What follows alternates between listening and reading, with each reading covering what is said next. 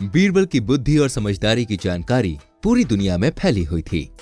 जब ईरान के राजा ने इसके बारे में सुना तो उन्होंने बीरबल की बुद्धि का परीक्षण करने के बारे में सोचा। उन्होंने बादशाह अकबर के पास एक समान 3 मूर्तियां भेजी जो कि रूप, आकार और रंग में एक समान थीं, और उन 3 मूर्तियों के साथ एक संदेश भी दिया जिसमें लिखा था, बादशाह अकबर, इन मूर्तियों में जो सबसे सुंदर है, जो काफी अच्छी है और जो सबसे खराब है, उनका परीक्षण करके पता लगाएं और फिर हर मूर्ति के साथ उसका परिचय लगाकर इन्हें वापस भेज दें, अन्यथा आपको अपनी हार स्वीकार करनी होगी। यह काम सचमुच मुश्किल था।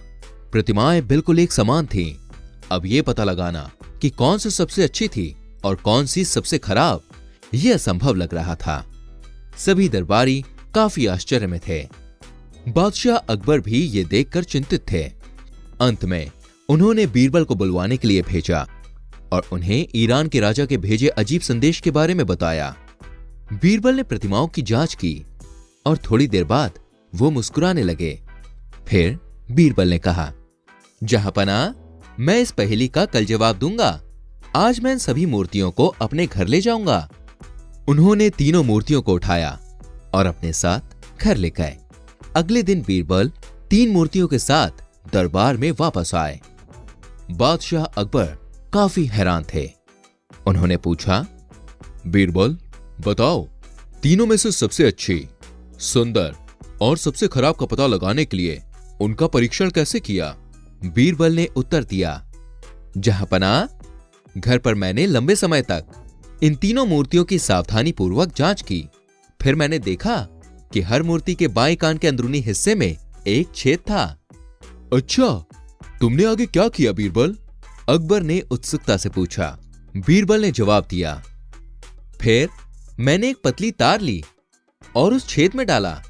पहली मूर्ति में वो तार उसके मुंह से निकल गया, दूसरी मूर्ति में तार उसके कान से बाहर आ गया, लेकिन तीसरी के मामले में वो पेट में चला गया और वहीं रुक गया। देखने में तो ये तीनों मूर्तियां एक समान हैं, लेकिन इस परीक्षा में मैं समझ गया कि पहली प्रतिमा सबसे खराब थी, दूसरी निष्पक्ष थी और तीसरी तीनों में सर्वश्रेष्ठ थी। सभी दरबारियों के चेहरे पर संदेह झलक रहा था और एक दरबारी ने उठकर पूछा, लेकिन एक तार प्रतिमा की कीमत को कैसे नाप सकती है? मैं नहीं समझ सका। बीरबल ने समझाते हुए कहा, सज्जनों, देखो, ये तार पहली मूर्ति के मुंह से निकली है। इसका मतलब है एक व्यक्ति जो कुछ भी सुनता है वो आगे बोल देता है, जो बुद्धिमानी नहीं है। पहली प्रतिमा ऐसे व्यक्तियों को दर्शाती है जो कभी भी अपने तक बात सीमित नहीं रखते, वो सबसे बुरे हैं। अब दूसरी प्रतिमा उन लोगों को दर्शाती है जो लोग एक कान से बात को सुनकर दूसरे से बाहर निकाल देते हैं।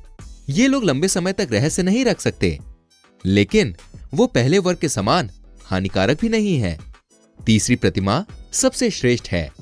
इससे तार नहीं निकला। इसका मतलब है कि ऐसे लोग जो दूसरों की बात सुनते हैं, हर चीज को याद भी करते हैं और उस बात को अपने तक सीमित भी रखते हैं। फिर बीरबल ने कहा, यह सब दर्शाता है कि सभी व्यक्ति अन्य विशेषताओं के होते हुए भी एक समान दिखाई देते हैं। उनकी गुणवत्ता उनके चरित्र और व्यवहार पर निर्भर करती है। सभी दरबारियों ने बीरबल की बात में हामी भरी। ये सारी बातें सुनने के बाद बादशाह अकबर ने कहा, तुमने सच कहा बीरबल, मैं निश्चित रूप से तुमसे सहमत हूं। फिर मूर्तियों को उनके परिचय के साथ ईरान के राजा के पास वापस भेजा गया। ईरान के राजा बहुत प्रसन्न हुए और उन्होंने सम्राट अकबर को एक प्रशंसा पत्र लिखा।